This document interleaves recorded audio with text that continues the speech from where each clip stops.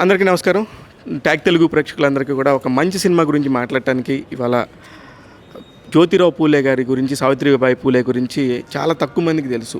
బాగా చదువుకున్న వాళ్ళకి తెలుసు.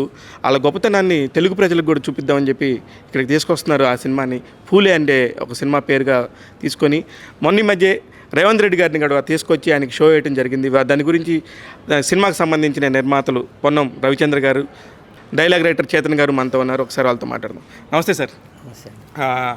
రేవంత్ రెడ్డి గారిని సినిమాకి తీసుకొచ్చి చూపించాలన్న ఆలోచన ఎవరిది సార్? ఈ సినిమాను మా బ్రదర్ చూసిన తర్వాత, ప్రభాకర్ చూసిన తర్వాత, ఇది మన ముఖ్యమంత్రి చూపించాలని నేను కోరిన వెంటనే ఆయనకు చూపించగానే నేను ఒక్కడినేంటి అందరం కలిసి వెళ్దామని ఆయనే స్వయంగా ఇక్కడ అసెంబ్లీ నుంచి డైరెక్ట్గా మనం బస్సులు పెట్టేసి 3 బస్సులు పెట్టేసి ఎమ్మెల్యేలు, ఎమ్మెల్సీలు, ఎంపీలు అందుబాటులో ఉన్నవాళ్ళు. టీఆర్ఎస్ బైకాట్ చేయడం వల్ల వాళ్ళు రాలేకపోయారు, కానీ వాళ్ళు కూడా వచ్చేవాళ్ళే. ఇక్కడ పార్టీలతో ఏం సంబంధం లేదు.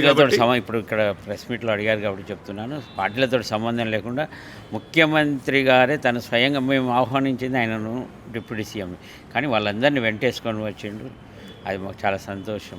కానీ మీ సినిమాలో హీరో కూడా ప్రతీక్ గాంధీ చాలా ఫేమస్. స్కామ్ 92 అనే ఒక వెబ్ సిరీస్ ద్వారా మొత్తం ప్రపంచం మొత్తానికి తెలుసు. చాలా ఫేమస్ ఫేస్ అతనిది. అతన్ని కూడా మీరు ఇక్కడికి ఏమైనా తీసుకొచ్చే ఏర్పాటు? డెఫినెట్గా సినిమా రిలీజ్ కంటే ముందు తీసుకొచ్చి ఆయన సత్కరించుకుంటాం. పత్రలేఖ గారిని కూడా, వాళ్ళిద్దరు మంచి నటులు.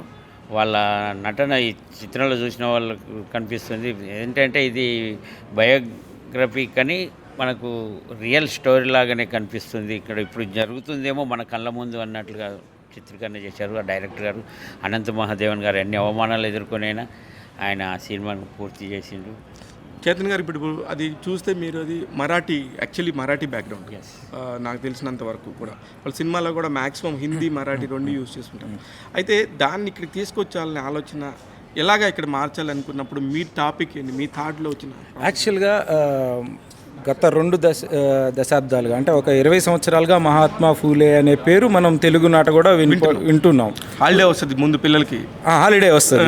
ఆ తర్వాత జనవరి 3వ తారీఖు ఉమెన్స్ టీచర్స్ డేగా కూడా సెలబ్రేట్ చేస్తున్నారు. అంటే పేర్లు నోట్ అవుతున్నాయి. అయితే ఆ పేర్లు నోట్ అవుతున్న సందర్భంలో వాళ్ళు చేసిన చరిత్ర ఏంటో కూడా మనం ఒక్కసారి చూపించగలిగితే, వాళ్ళు పడిన అవమానాలు ఏంటి, ఒక స్త్రీ ఈరోజు ఎడ్యుకేట్ అవుతుంది అంటే ఆ ఎడ్యుకేషన్కి సంబంధించిన ఎంత స్ట్రగుల్ జరిగింది ఒక స్త్రీని ఎడ్యుకేట్ చేయడానికి.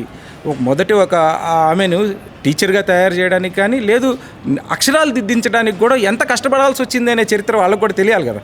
కానీ ఇందాక మీరు మాట్లాడుతా ఆమె గురించి ఎంత గొప్పగా మాట్లాడినప్పుడు అందరికి కూడా నిజంగా చాలామందికి తెలియదు.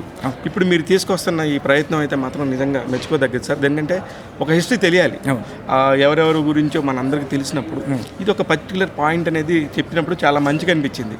మీరందరూ కూడా రెగ్యులర్గా సినిమాలు చేస్తే, కమర్షియల్ సినిమాల్లో కూడా వస్తారా ఫ్యూచర్లో?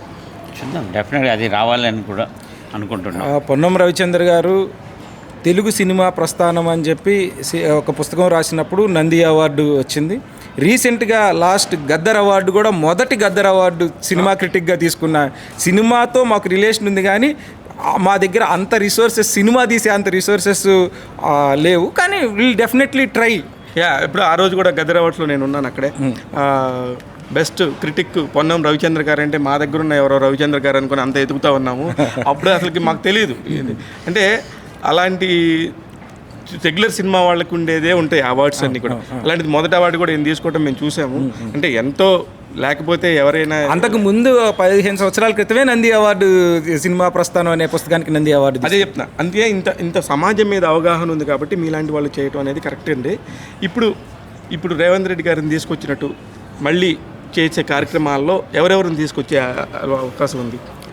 అది సినిమా సెన్సార్ అయిపోయి దాన్ని ప్రివ్యూ చేసి తెలంగాణలో ఉన్న మేధావులందరికీ, లేదు తెలంగాణలో ఉన్న జర్నలిస్టులందరికీ ఒక స్పెషల్, ఎవరెవరికైతే నోరు ఉంది, ఎవరెవరికైతే దీన్ని ముందుకు తీసుకెళ్ళగలరు, ఎవరెవరైతే దీన్ని మరింత విస్తృతం చేయగలరు అనుకుంటారో వాళ్ళందరినీ తీసుకొచ్చి సినిమా చూపించే బాధ్యతగా మేము తీసుకున్నాం. కానీ ప్రస్తుతం సినిమా ఇండస్ట్రీ పరిస్థితి మీకు నిజంగా చెప్తున్నాను చాలా ఘోరంగా ఉంది. మిగతా వాళ్ళందరూ పైకి వచ్చి మాట్లాడే మాటలు వేరు, వాస్తవంగా జరుగుతుంది వేరు. ఇట్లాంటి టైంలో సినిమా థియేటర్కి ఎంతవరకు మీరు తీసుకురాగలరు అనుకుంటున్నారు? మహాత్మా ఫూలే అనే అందుకే మీకు ఇందాక చెప్పినట్టు ఒక సీఎం రేవంత్ రెడ్డి గారు సినిమా చూడడం అనే దాంతో మొత్తం 2 రాష్ట్రాల్లో ఒక చర్చనీయ అంశం అయితే మేము క్రియేట్ చేయగలిగాం. అది ఎంతవరకు జనాన్ని తీసుకొస్తుంది, ఒక ఆతృతను అయితే క్రియేట్ చేశాము, దాని నుంచి ఎంత ఇంకా దీన్ని ఒక ఉద్యమంలా చేయాలనేది మా తపన. ఓకే. ఇప్పుడు ఈ న్యూస్ కవరేజ్ వచ్చిన తర్వాత దాంట్లో కామెంట్స్ కానీ చాలామంది ఈ సినిమా ఎప్పుడు రిలీజ్ అవుతుంది అనేది ప్రేక్షకులు చాలామంది క్వశ్చన్ వేస్తున్నారు. ఎందుకంటే చూడాలనే తహతహ పబ్లిక్లో వచ్చింది. ఈ ముఖ్యమంత్రి చూసిన తర్వాత దానికి మీరు అన్నట్టుగా ఇంతకుముందు చాలా పెద్ద అది మామూలుగా అట్లాగే గ్లామర్ ఫీల్డ్ నుంచి కూడా దీనికి మేము తప్పకుండా వాళ్ళని కూడా ప్రీ రిలీజ్ అది 2 రోజుల ముందు వేస్తే దానికి వాళ్ళని కూడా పిలిచి ఇంకా దీన్ని ప్రమోషన్ చేస్తాం.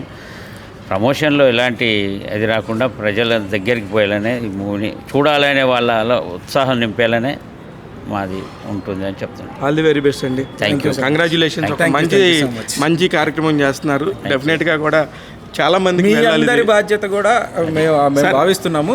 ఖచ్చితంగా మీ మీద ఇప్పుడు వరకు ఎంత బాధ్యతగా దీన్ని ముందు తీసుకొచ్చామో అది మా సోదరులైన జర్నలిస్ట్ ఫెటర్నిటీ నుంచి మేము ఎక్స్పెక్ట్ చేస్తున్నాం. 100% సార్. దేనికంటే ఇప్పుడు చాలామంది ఇప్పుడు మీరే వీడియో పంపించేస్తారు, మీరే ఫోటోలు పంపిస్తారు, మీరే మ్యాటర్ పంపిస్తారు అనే పరిస్థితిలో మీడియా అంతా ఉన్న సంగతి మీకు తెలుసు. నేను కొత్తగా చెప్పేది ఏం లేదు. అలాంటి టైంలో చాలామంది వచ్చి మిమ్మల్ని ప్రత్యేకంగా మాట్లాడుతున్నారంటేనే ఎంతో కొంత ముందుకు తీసుకెళ్లాలనే ఆతృత మన జర్నలిస్టులు అందరిలో కూడా ఉంది. సినిమా మీడియా సోదరులు కూడా చాలా మంచిగానే మిమ్మల్ని కోఆపరేట్ చేస్తున్నారు అనుకుంటున్నాను. All the very best. Thank you sir. Thank you అండి. ఇదండి టాక్ తెలుగు ప్రేక్షకులందరికీ కూడా ఒక కంటెంట్ పాయింట్లో తీసుకొని మొత్తం దేశానికి ఒక మంచి ఉద్దేశంతోనే ముందుకు తీసుకెళ్లే ఒక సినిమా ఫూలే అని చెప్తున్నారు మంత్రి పొన్నం ప్రభాకర్ గారి అన్నయ్య పొన్నం రవిచంద్ర గారు. Thank you.